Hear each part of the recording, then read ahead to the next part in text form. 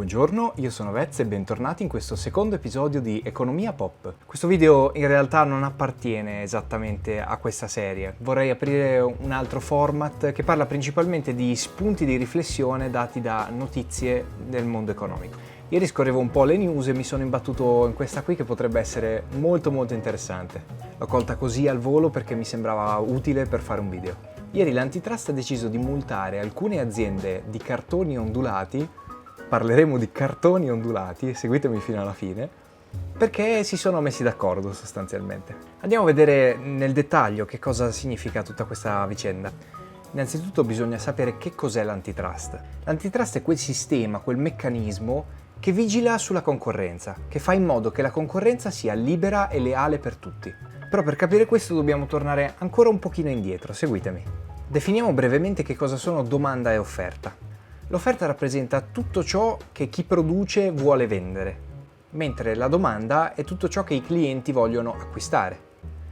Faccio un esempio terra. Nel mercato delle auto l'offerta è data da tutti quei beni che producono la BMW, Ferrari, Fiat, tutte le case automobilistiche, mentre la domanda sono le auto che i cittadini vogliono acquistare.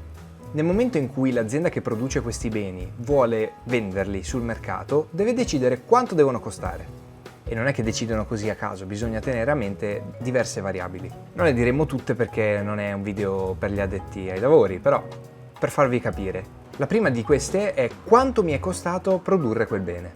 Ad esempio, se io produco scarpe e mi è costato 10 euro produrre quelle scarpe, non posso rivenderle a 5. La seconda variabile per decidere il prezzo, che è l'ultima che andremo a trattare, non vi preoccupate, è questa qui. Quanto costa il mio prodotto rispetto agli altri? Generalmente chi tiene il prezzo più basso tenendo abbastanza alta la qualità è l'azienda che ne vende di più.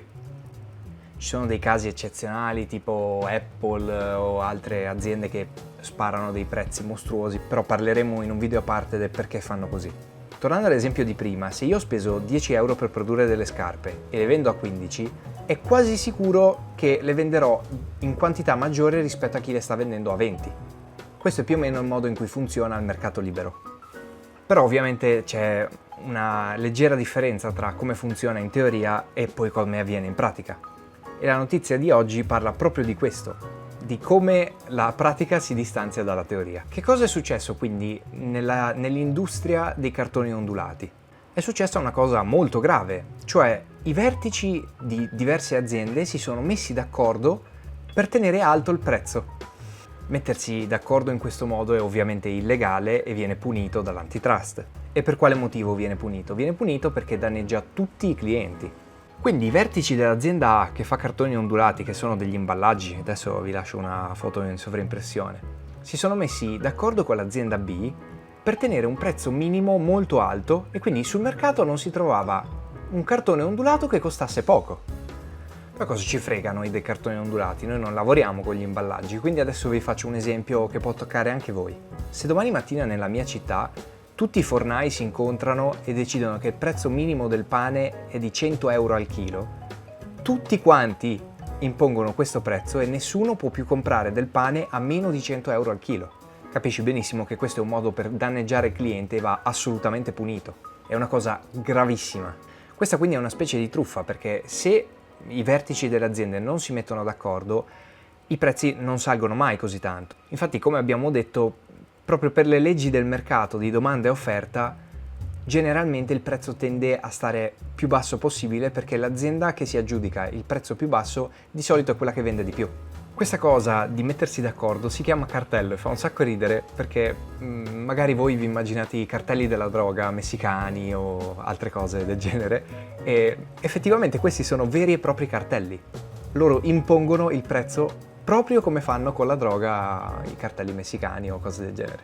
Quindi dopo avervi spiegato tutte queste cose siamo in grado di leggere la notizia consapevoli di quello che sta succedendo realmente. Riassumendo, queste aziende che si sono messe a vendere imballaggi, si sono messe d'accordo tra di loro, hanno imposto un prezzo minimo molto alto e quindi l'autorità competente, che è l'antitrust, li ha multati per 287 milioni di euro.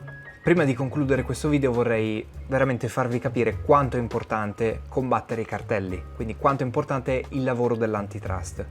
Bisogna veramente essere grati a questa istituzione che è l'antitrust, che rende il mercato competitivo e vigila in modo che noi clienti non siamo truffati dalle aziende. Bene, avevate sempre sentito parlare dell'antitrust e non sapevate che cos'era. Finito questo video, lo sapete, sono soddisfatto. In conclusione volevo dirvi che forse questo diventerà un format abbastanza fisso nel quale commenteremo le notizie, non farà più parte di Economia Pop. Ho voluto metterlo qui solamente perché ho già aperto 2 rubriche e non volevo non portarle avanti. In conclusione, mettete like se vi è piaciuto il video, commentate, condividete, iscrivetevi, attivate la campanellina e se mi sono dimenticato qualcosa fatelo comunque. Quindi per questo video è tutto, spero vi sia piaciuto. A fine video ci saranno delle schede che compariranno, se le cliccate potete vedere altri miei video molto belli. Andatevi a vedere.